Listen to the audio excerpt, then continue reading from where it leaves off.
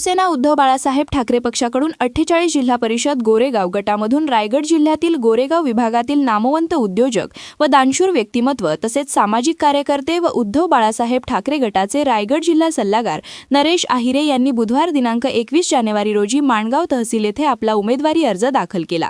तसेच 2 पंचायत समिती व जिल्हा परिषद मोरबा गटातील उबाठाचे अधिकृत उमेदवार आरिफ सुलेमान मणेरे यांचा उमेदवारी अर्ज निवडणूक निर्णय अधिकारी डॉक्टर संदीपान सानप यांच्याकडे दाखल केला। 96 लोणेर पंचायत समिती गणातील उमेदवार प्रभाकर ढेपे हे लोणेरे ग्रुप ग्रामपंचायतीचे सरपंच होते। आता ते उद्धव बाळासाहेब ठाकरे गटाचे माणगाव तालुका प्रमुख आहेत। हर्षदा चंद्रकांत सत्वे या पंचायत समिती उणेगाव गणातील उमेदवार असून त्या उणेगावच्या माजी सरपंच आहेत।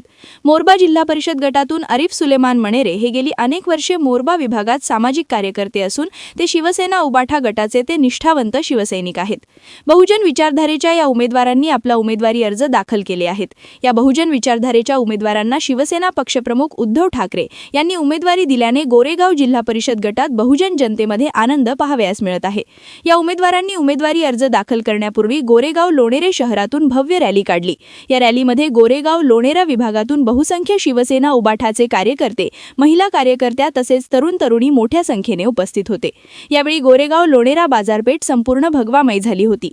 खालूबाजाच्या गजरात व घोषणांच्या आवाजाने गोरेगाव लोणेरा माणगाव शहर दुमदुमून गेले होते। आज बघा प्रथम सगळ्यांना मी जय महाराष्ट्र बोलतो। आजचं तुम्ही वातावरण सगळ्यांनी पाहिलेलं आहे। आमचे जे वचननामा आहे तो या 2-3 दिवसांमध्ये जाहीर होईलच। आजचं वातावरण बघून समोरच्या लोकांची जर तुम्हाला त्या कल्पना आल्या असेल तिथे चिंतेमध्ये नक्की आलेले आहेत। आज एवढ्या प्रकारे उबाठा गटाने आज फॉर्म भरताना कमीत कमी 300-200 गाड्या आज या ठिकाणी होत्या। सर्वांचं प्रेम हे अजूनही उबाठा गटावर गेलेलं नाही। शिवसेना हा आमचाच पक्ष आहे आणि तो म्हणजे ठाकरे कुटुंबाचाच आहे।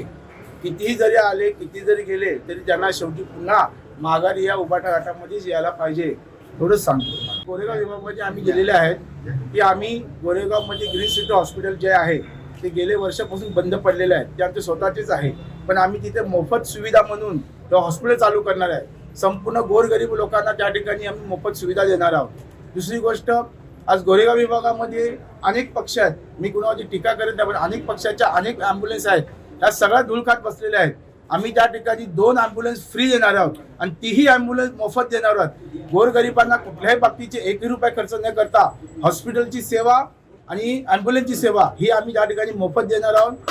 दुसरी गोष्ट, गोरेगावमध्ये आमच्याकडे ऐतिहासिक जागा आहेत। एक मल्लिकार्जुन आहे, आमच्याकडे गावतळा आहे, विष्णू तळे आहे, राम तळे आहे। अशा ठिकाणी असताना देखील गोरेगावमध्ये आतापर्यंत पर्यटन स्थळ अजूनपर्यंत कुठला घोषित केलेलं नाही। तर पहिलं आमचं काम होणार आहे पर्यटन स्थळाचं आम्ही घोषित करणार गोरेगाव विभागामध्ये। तिसरी गोष्ट, आम्ही गोरेगावमध्ये आज माणगाव तालुक्यामध्ये बघायला गेलात तर सगळ्यात जास्त खेळाचे खेळ हे आमच्या गोरेगाव विभागाचे होतात। आम्ही त्यासाठी सर्वांना एक विनंती करून त्यांना मी अर्ज दिलेला आहे सर्वीकडे आणि त्यासाठी आम्ही एक क्रीडा संकुलन ओपन करण्याचा प्लॅन केलेला आहे।